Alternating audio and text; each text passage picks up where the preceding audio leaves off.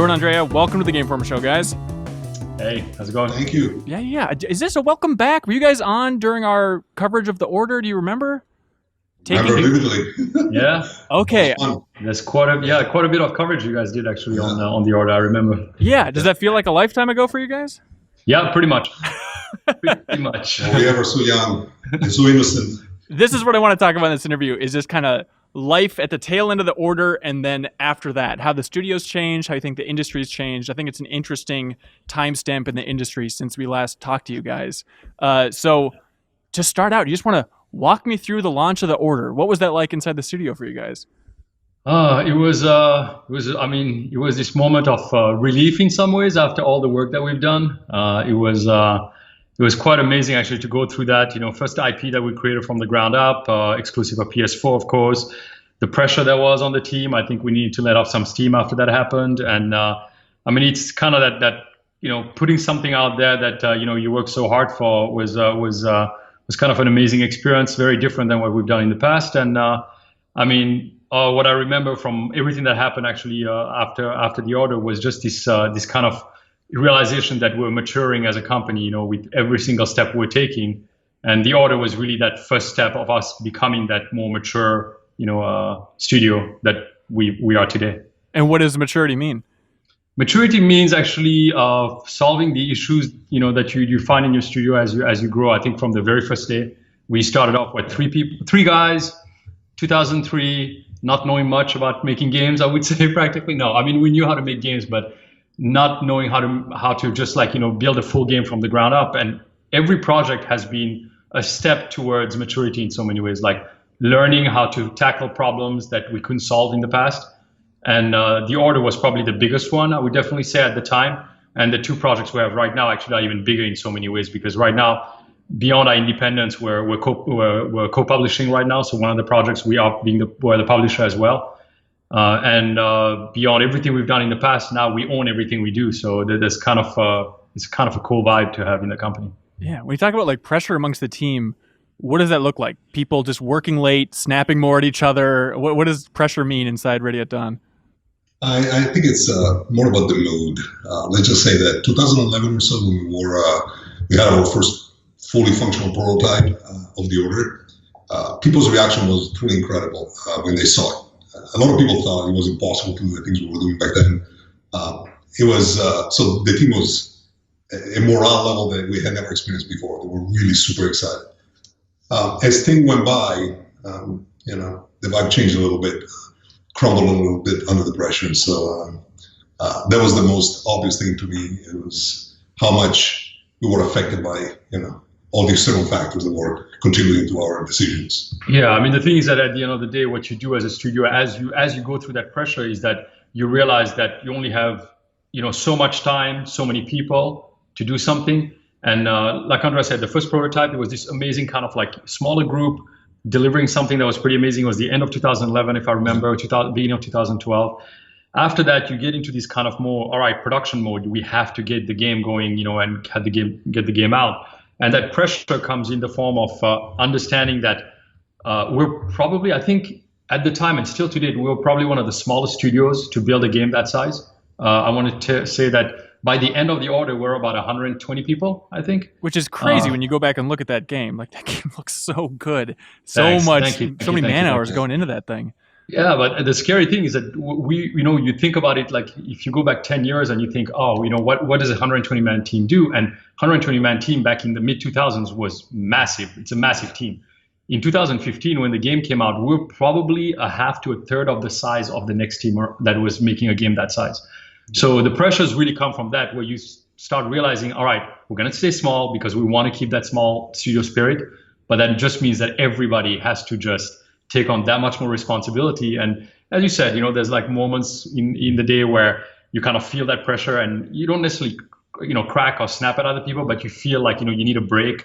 But then you get right back into it with every single beat. And that's why I said that letting off of steam right when the game shipped was really huge for us, because we were kind of, could clear our heads and really move forward in a more sane way, because the last year was just this mad kind of rush in the end. And is it just You talk about, how awesome that early prototype is. Is it just a matter of because that was pure, that was all you guys, and as it goes on, things crumble because you get more outside feedback, more publisher pressure, that overall theme? Yeah, I mean, that's a little bit of everything. Yeah. It's a little bit of everything. I would say, to tell you the truth, the biggest thing I would tell you was, it's just that it's realizing that you have to do everything from scratch. Yeah. Like that is the hardest one. I think we started off with our own tech. We started off with a lot of things that we had to build from the ground up. And from the first prototype was a small piece of the big thing that we could make. But that first prototype was about, I want to say 15 minutes of gameplay overall. Yeah. And then you realize that you have to basically expand upon it. And then you also realize that you don't want to redo the same thing over and over again. You don't want to be like, all right, let's build 3 mechanics and that's all you're going to get for the whole game. We went the route of all right, we're going to make all these little things, those subtle pace changes. It's not what games usually do. Games have a tendency to basically rely on a couple of pillars and, kind of work through those pillars again and again. What we did here was just, we wanted to change the pace on people. We wanted to make a game that didn't feel like what everybody could get out of another game. We knew that there were, dozens of cool games out there, and we didn't want to emulate and just be hey, let's make another third-person shooter. Let's just do, this because it's tried and true. We wanted to kind of innovate, but we decided to do too many things, I think, at the same time, that basically we kind of squandered a little bit of the energy across multiple things. Some things ended up amazingly well, graphically, technically. Yeah.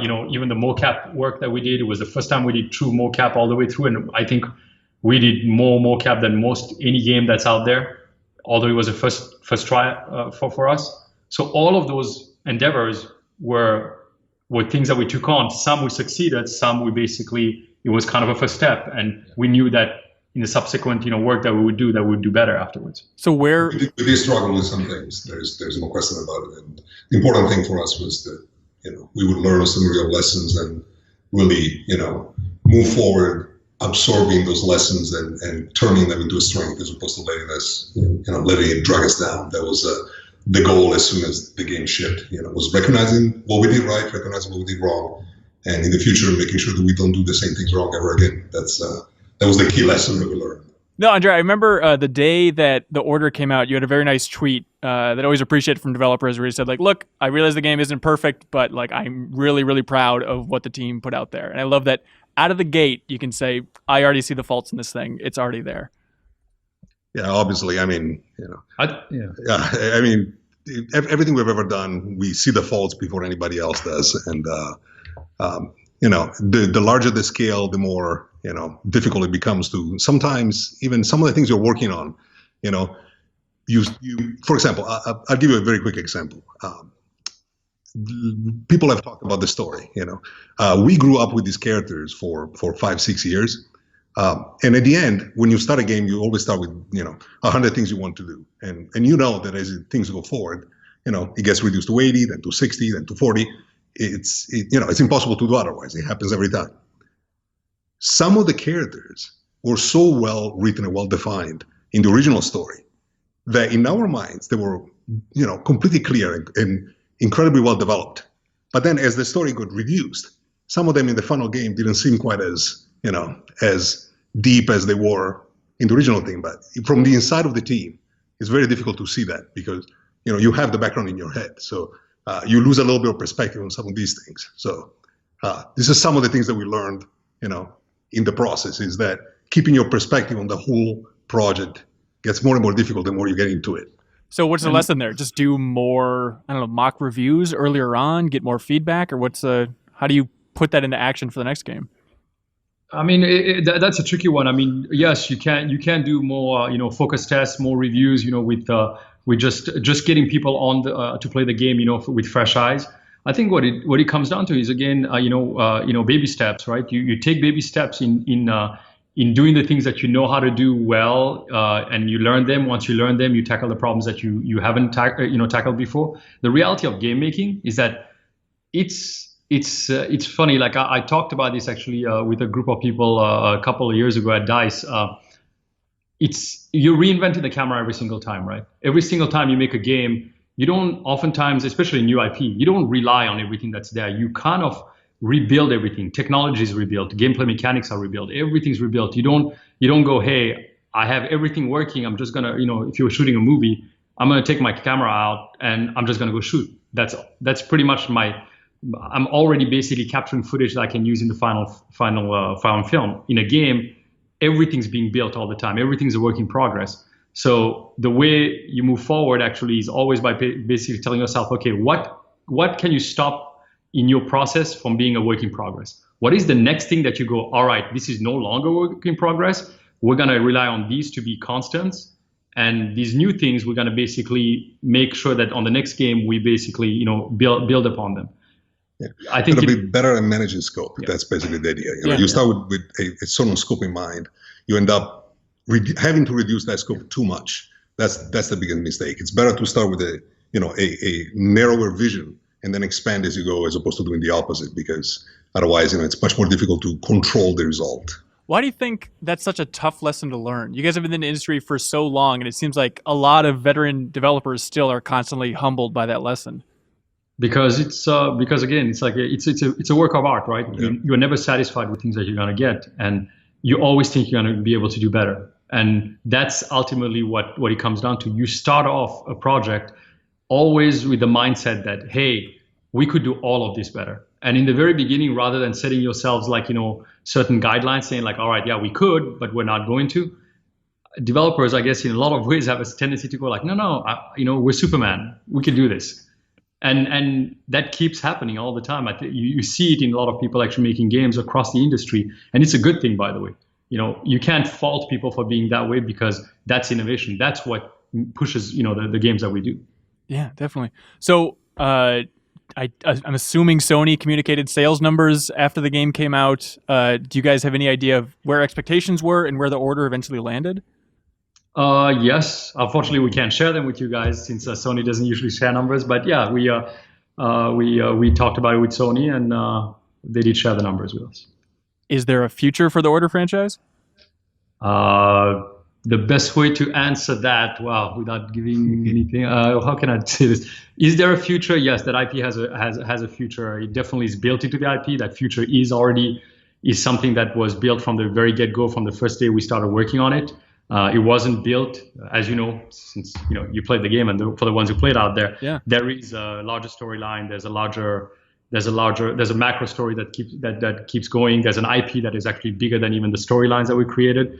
So there are legs to this IP, definitely. And Sony sees it as like, that was a hell of an investment. We're gonna keep pushing this baby.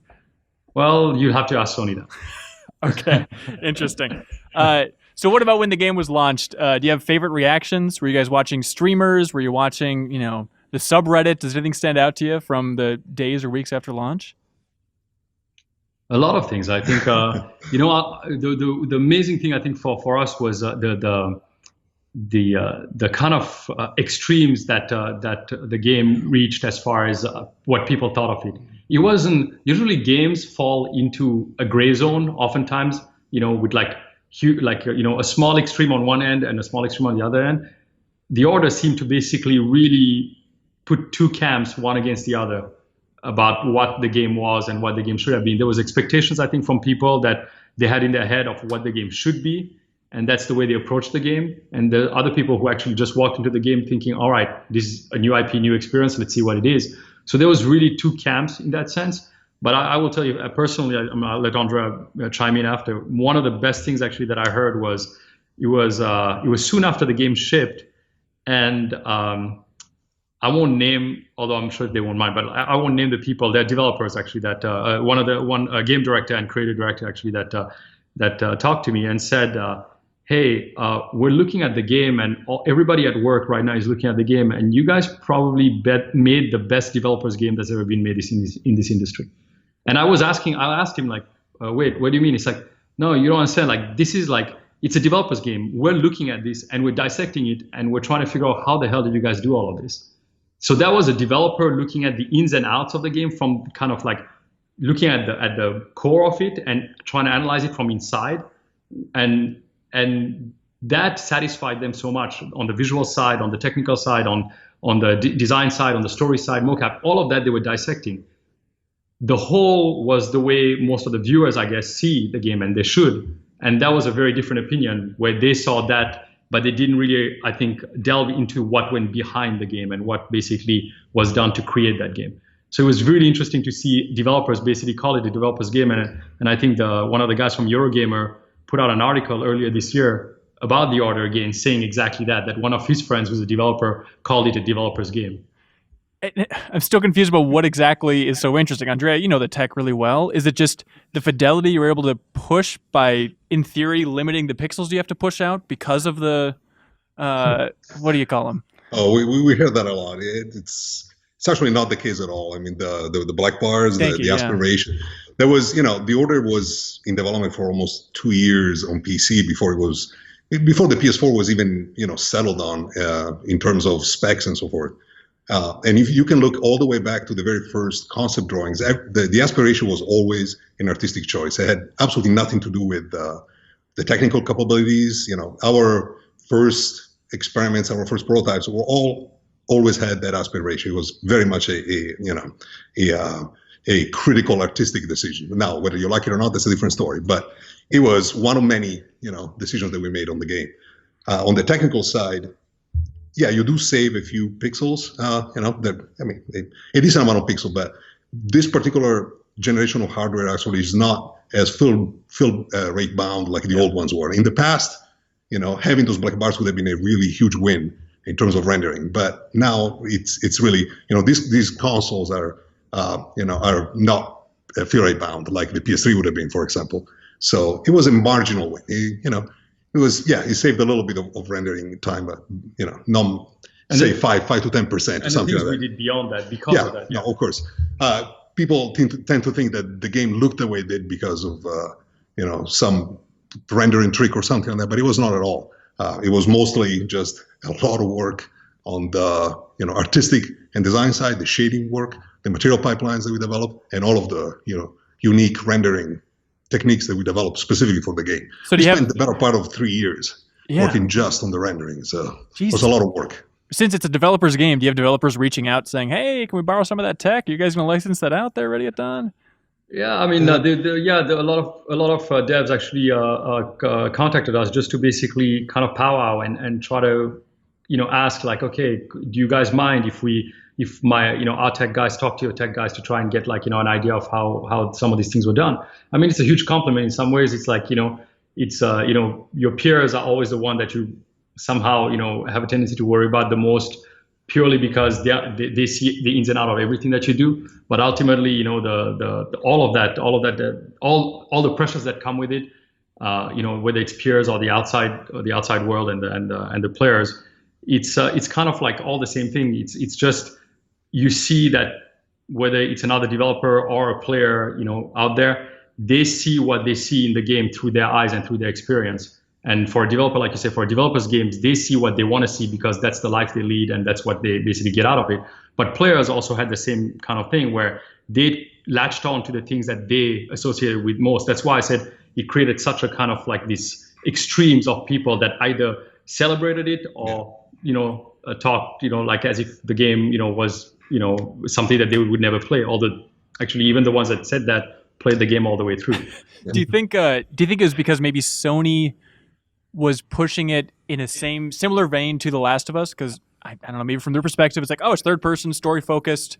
Let's market it that way, and that might have led to some of those extremes as people were expecting one thing and got another. There was a bit of that. Actually, we heard that from both journalists and players. We had an awesome time talking to actually a bunch of players later in the year that had played the game, and funnily enough, it was echoed multiple times that they said, "Oh, I expected a different game." And we're like, well, how and why? And it's like, well, when I saw this, and they talked about, like, for example, some of the teasers and this and that, they saw and they extrapolate from there for what they wanted to see. And sometimes it is managing the messaging, it is managing kind of the view that other people are going to have of your game before it comes out. Yeah. So I mean, you talk about the staff of 120 building that game. It was big for an independent studio like yourselves. Would you ever want to swing that big again? Do you ever want to create that focused singular project? Yeah, absolutely. Yeah, I think with some differences, but yes. Certainly not exactly the same way. True. We did learn lots of things, and but we're confident that given our newfound ability to prioritize and to really exploit our strengths and hopefully to overcome our weaknesses, which is something that obviously we didn't do as well as we could have with that particular project. I think we can certainly do it again, and I think that again, it's all a question of understanding the scope and setting up right from the beginning, as opposed to going all in on a few ideas and then having to adjust in order to stay within the every project has confines, whether they're financial or or time or both generally. So it's very important to make sure that you are very, very solid. That's what has been the case with these two projects that have been announced so far. Both of them were we felt they were extremely successful in their gameplay experience before anything else at all was built on top of them. Before we really worried about, how good our rendering technology, our amazing art was, and everything else, both games were very, very satisfying to play on their own. And that is one of the things that we kind of decided we would always do. It's a choice, right? Yeah, I think the thing after the order is that, so a lot of people don't know, but we were already looking at VR before the order finished. We had the chance to see Morpheus back in 2012, I believe, for the first time, or 2013, I can't remember, behind closed doors. And we already got excited about VR at the time. And it was always in the back of our mind. It's like, wow, how cool would it be if we did something in VR? So the VR thought inside the studio and try to figure out what we could do was already there. That's why kind of like we transitioned pretty smoothly when we knew that VR was something we wanted to do. It wasn't a gut reaction or anything like that. We were able to basically get into that to try and do a couple of things. Like Andrea said, that game was started from the ground level, from a game mechanic, from a movement mechanic. The Order, on the other hand, was started from the ground up, from an IP, and that was the most important thing. Deformers, same thing. It was started off by technology first. That basically got it. There are three different and approaches, distinct catalysts. I would tell you that in the future, there is no right way to do it. Mm-hmm. I would gladly go back to the IP-driven one. I would gladly go back to the tech-driven one or the design-driven one. It has to be the right thing for the right project. So to answer your question about team size and all that, and if we're still actually pretty big. Actually, I think we're 110 still in the studio. We have the 3 projects going on right now. We have announced 2, of course, but our goal is to not just get pigeonholed in one thing. If you look at 10, 12 years to 13 years of being around, 13 years of being around, we've only reciprocated the same type of game once, which was God of War, Chains of Olympus, and Ghost of Sparta. But throughout our history, we've made a different genre of game at every turn practically. It's a conscious choice. We do it for ourselves. It is hard to basically switch gears, but at the same time, it gives us the opportunity in the future to go, all right, if we want to do this, we know how to jump into it at any given time. Right. And yes, the future, definitely, there's a lot of talk about the next things, and some of them are going to surprise people. Some of them might not. But we'll see. Okay. We put a lot of effort in technology. We always do, both in, we try to have every one of our leads, our guys, always just continue to explore and come up with new things. That's why in the last 2 years, we invested so much in one thing that we never had, none of us ever had, which was the multiplayer side of things. Yeah. And we put a massive amount of effort, and I think we're really well positioned now to, bring our own unique take on multiplayer technology. That's one of the things we've really done. You will see that our games will be able to run very, very smoothly, very well, even with less than ideal internet situations. And we're going to go with dedicated servers for both Lone Echo and Deformers. So we're putting a lot of effort into filling in the holes, the one things that we felt was really missing from us on the technical and gameplay design side. So we're very excited about multiplayer games, and from now on, I'd be surprised if, again, we love every kind of game. I love big single-player, story-driven games as much as I love, pure short-term, short session experiences, multiplayer online. I love every kind. So I love for us to be able to switch around and continue to explore and come up with new, fresh ideas every time we start a new project, as opposed to continuing to, try to settle into something that we are at the very top and, never challenge ourselves again. So that's the goal, at least. Yeah. So for announced projects, you have Lone Echo, which is VR, working your way through space, and then Deformers, which is cartoony multiplayer party brawler. Is that the definition? By the way, it's an online, action combat game. Yeah, for sure. It's kind of its own thing. It feels very different. It plays different than anything else I've ever played because of starts with a different idea, which is everything is driven by simulation. There's no animation at all in the game. Everything is simulated. Everything is done live. So it feels much more connected, much more tactile than online action games of this nature, where the animation, the render frames that you have to give the player kind of tend to be your limiting factor in how responsive and how connected you can feel to the characters. So this was one of the core ideas from when we started. It was to say, let's see how much we can simulate, how much we can feel like you're truly in control of these characters, and how responsive you can be in a melee. That's why it started out as a melee game first and foremost. You're really smashing and blasting into each other, and they're all squeezed, they squeeze together and they blast each other off the platform. So it feels very physical because it is. Yeah. And just an interest. And by the way, Ben, the cool part about it, all built on the same tech. Like it's an evolution of the order. Yeah. That's what people don't realize. Actually, they asked us the first time we showed Deformer, is like, also, did you guys start from ground up? And it's literally the same shaders, the same everything pretty much that are building all these games. That's why those blobs have mustaches? Is that explaining? Yeah, exactly. Okay, you saw the mustache. And there's a monocle too. We spent about 6 years on the physics technology that was used to I think a very good effect in the order for the clothing particularly. We didn't quite push, we just didn't have enough time to really push it as far as we wanted for some other aspects of gameplay in the order. So, in Deformer, we went all out. It's all based on just highlighting the soft body, deformable, and very high performance physics. Yeah, by the way, just for full disclosure here, GameStop is helping fund Deformers, and they're the parent company of Game Informer, just to get that all out of the way. As this interview, of course. But what's it like for the studio to be divided like that between a serious space sim VR game versus... We're not divided at all, actually. It's not. I mean, the guys, they all help. They all, the teams blend a lot more than you think. Yeah. The back end multiplayer stuff is the same for both. The engine is the same for both. Of course, there are two teams. It's a very, very there are two teams, and they're very focused on very different feeling games. But we're all one studio, and we like to think that all the guys feel invested in these projects equally. And they move around. They switch back and forth. We share. Everybody has so much fun right now. It's really amazing. We play these multiplayer games all night long. Yeah, one of the cool things that's happening, you're talking about like the whatever that division is, there is a little bit of that division when it comes to actually the team structure itself. But what's really cool is that because we have these groups that concentrate and kind of have their vision on that one game, each group has that, we become our own biggest critiques across the games. We have the designers from one game really looking from the outside, looking at this and kind of go like, oh my God, this is really cool. It's not what we do. It's not our expertise because the games are very different.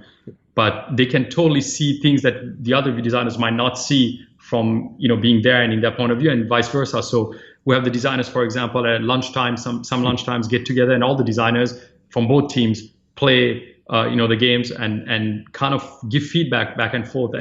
And that's one of the cool things that it's built in here is that slight separation gives us a chance to actually look at things from a fresh point of view at any given time, like literally on a constant basis. That's interesting. And you can tell which one is being played, because when they're playing Deformers, you hear all the screaming, right? And the trash talk. When they're playing Lone Echo, you hear also the screaming and the trash talk, but every once in a while, because they're moving so much, you hear, and then someone go, ow, because they're like moving all over the place, and it's a constant hearing people, hitting, their desks and their stuff with the VR. That's how you can tell them apart. But other than that, the screaming and the yelling and the vibe is very much the same. There's just a lot of excitement. It's interesting, Rue, to hear you talk about like the benefits of having two teams and having feedback from one team filtering into the other. Because during the order coverage, we produced like a history of Ready at Dawn video. And in that, just to quote you back to you here, Rue, you say, "We're a one game at a time studio. That's what I hope we'll always be." Yep. Where was that coming from? And now why do you think there's a shift?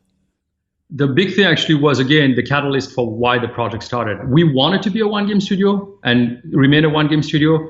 But we've been, like, our history has always been that we look for a project that we like, an IP, an idea, whatever, and we go pitch it out. And it's always been kind of like that thing that actually has been going on. And with each of those projects, we've tackled the problem. So whether it was, at the beginning not having technology, Dexter built a foundation for our technology, then trying to basically like diversify a little into another, genre. That was the next thing. So the whole goal was always one game at a time. We'll basically push it through by learning everything we need to learn.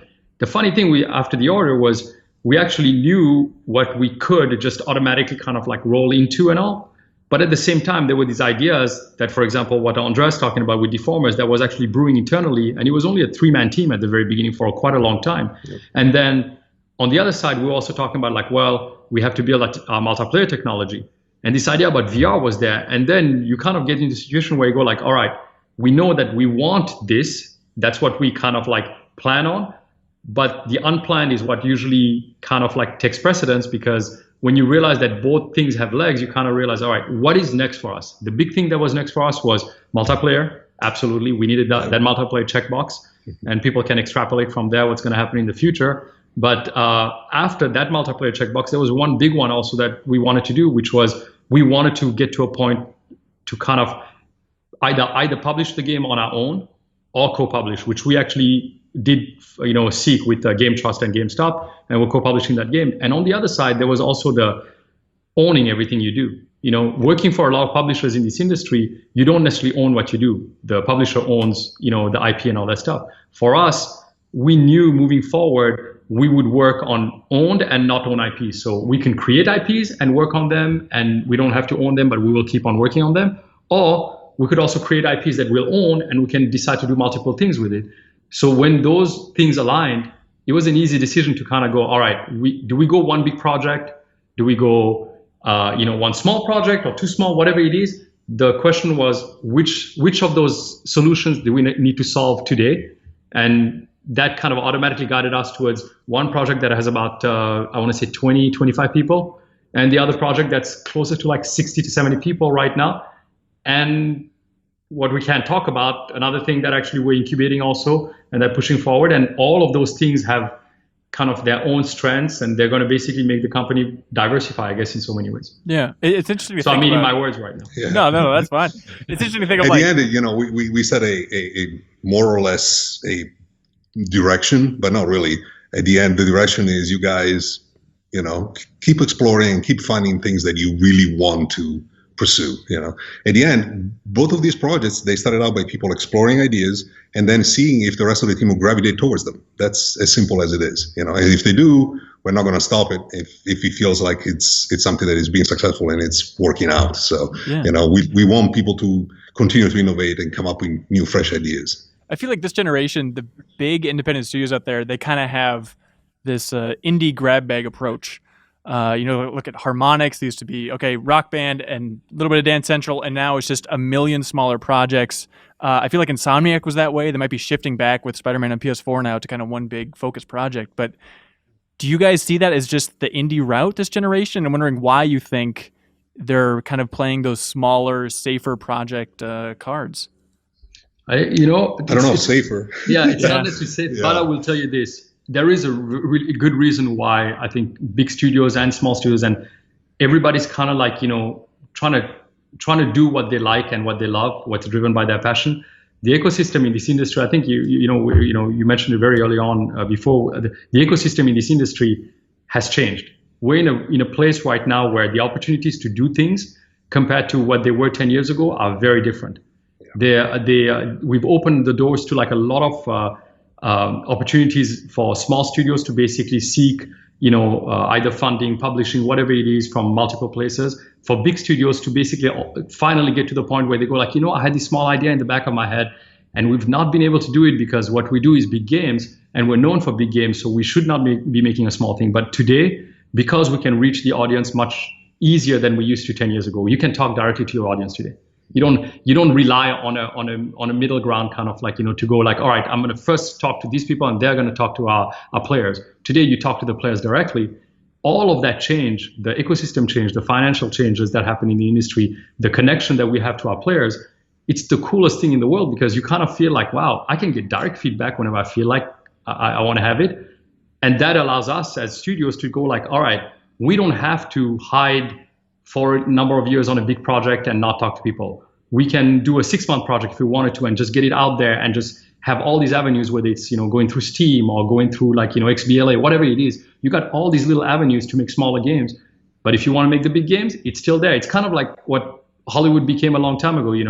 Even Fox has Fox Searchlight. They do small projects because the ecosystem needs that balance. They need big projects, small projects. They need diversity. You should not be expecting games to be alike. And that's, I think, why all these studios, big and small, are doing different things, because we don't want to give players the same game in a different wrapper. You want different games all the time. At the end, it's a creative endeavor. Making games is really freaking hard.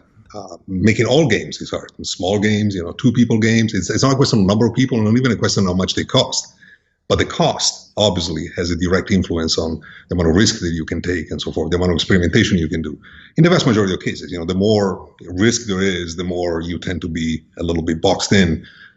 So now there are so many other avenues where you can engage in this very hard craft and try to come up with more risky proposition, with more, original, more interesting ideas sometimes.